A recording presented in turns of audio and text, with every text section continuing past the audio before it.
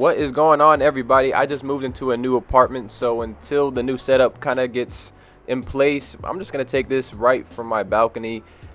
With that being said, let's get right into it. These are the top 5 realistic trade destinations, trade packages for Kevin Durant. I said realistic because I'm tired of going onto Twitter and seeing Taylor Horton-Tucker and Russell Westbrook for KD. You can't just give up trash and expect to get gold and a guy like Kevin Durant in return. So when a trade goes down, you got to feel like it kind of hurts for both teams. I think that's how you kind of can tell it's a pretty fair trade. And also, Sean Marks has suggested that the trade for KD is likely going to be one of the biggest trade packages in NBA history because, even now, we've seen the precedent for the kind of trades that have gone down even this offseason. DeJounte Murray was just traded for a solid rotation piece in Danilo Gallinari, as well as 4 first-round picks. Rudy Gobert was traded for 2 solid rotation pieces, 2 bench players, and 5 first-round picks, or 4 first-round picks and a pick swap.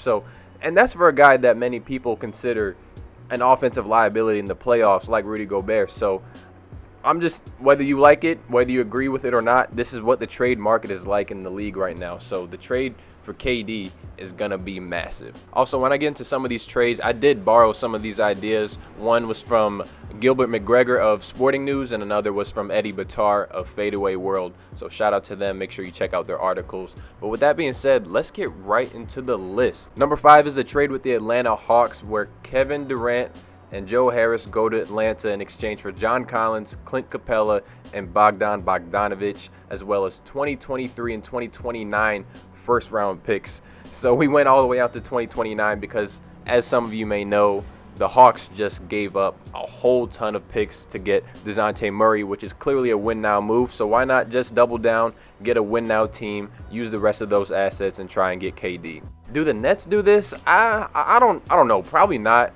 You're not really getting any potential superstars in return. You get a borderline all-star who's been on the trade block for a while in John Collins. You get like a top 7-ish center in Clint Capella and a solid starting or 6-man level player in Bogdan Bogdanovic. So after this, the Hawks will really be left with no future or flexibility. And the Nets get a good chance at improving their roster around Kyrie and Ben Simmons. So pretty interesting trade. Number 4 is the 76ers. Okay, so this trade involves Tobias Harris, Tyrese Maxey, and Matisse Thybulle, and 3 first-round picks for Kevin Durant. Okay, so y'all as non-biased non-Philly fans, you got to keep me in check on here because I'm incapable of being objective when it comes to anything Philly sports or Sixers related. But to me, Tyrese Maxey is a rising star. Matisse Thybulle is one of the best perimeter defenders in the game. Tobias Harris is like a fringe all-star, kind of like 20-point per game scorer.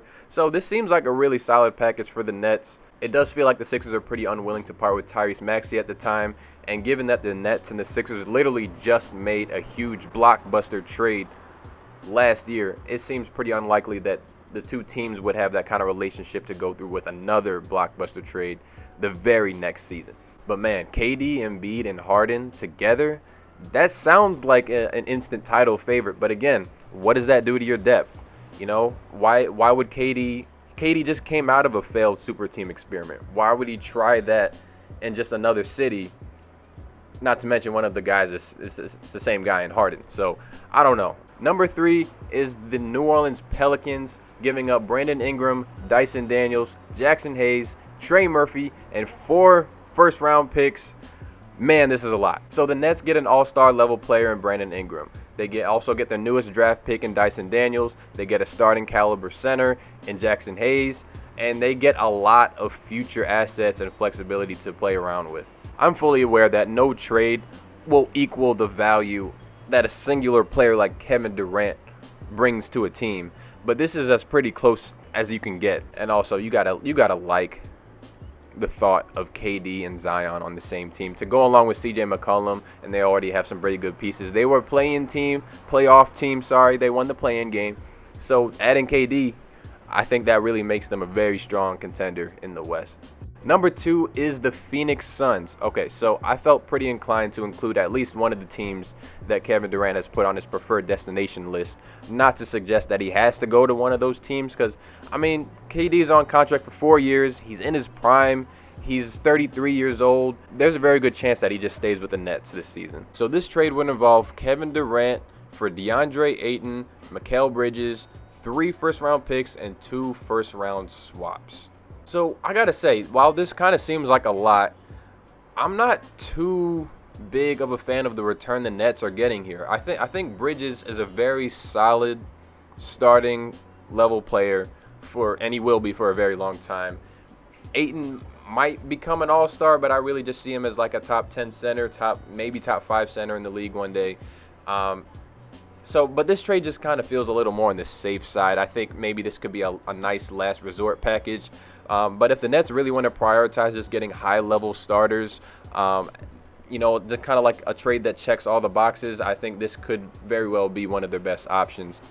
And instead of the pick swaps, maybe they throw in Cam Johnson instead. I don't know. You got to play around with it a little bit. So before I go into number 1, I wanted to say these 2 theoretical trades that I'm pretty sure have close to 0% chance of actually happening. One of them is for the Miami Heat. I saw a report that said that Durant would likely want to stay on a Heat team that had Bam Adebayo, Jimmy Butler, and Kyle Lowry on the team. There's also that designated rookie rule, so Bam can't be a part of the package as long as Ben Simmons is on the Nets, which to me is hilarious. And so personally to me, if that's the case, I don't see this trade ever happening. I mean, a trade sent around Tyler Hero, that's not going to go very far. The other theoretical trade that I don't think is going to happen is the Boston Celtics. They made it pretty clear that they're not letting go of Jaylen Brown, but this is going to be as close to a one-for-one trade as the Nets would potentially see. But like I said, it's not going to happen. It would probably only take Jaylen Brown, Grant Williams, and maybe 3 first-round picks to do it. It sounds like a good trade to me for the Celtics especially, but like I said, it's not going to happen. The number 1 trade package for Kevin Durant is from the Toronto Raptors. Kevin Durant for Scottie Barnes, OG Anunoby, and Gary Trent Jr. So this is my number 1 trade because, one, the Raptors have already proven that they're a championship-level supporting cast. They just kind of need that superstar player. On the flip side of that, why would KD want to do something that, Kawhi basically just did a few years ago? Does he care about that? He would still very much be the guy if he were to go to Toronto. None of this bus driver, bus rider nonsense. But I really don't think that KD needs to pair with another superstar to win a championship. He doesn't need to go team up with Embiid. He doesn't need to go team up with Luka or Jimmy Butler. He just needs a very solid team with good depth, good coaching, and a winning culture. And the Toronto Raptors are that. All this kind of depends on how the Toronto Raptors value Scottie Barnes, because he's a potentially franchise cornerstone to go along with 2 high production rotation players and plenty of draft compensation. It kind of seems like a lot. So there's a flip side to this kind of trade where maybe you try and keep Scottie Barnes, but I would think that the Nets kind of insist on Scottie Barnes in this trade.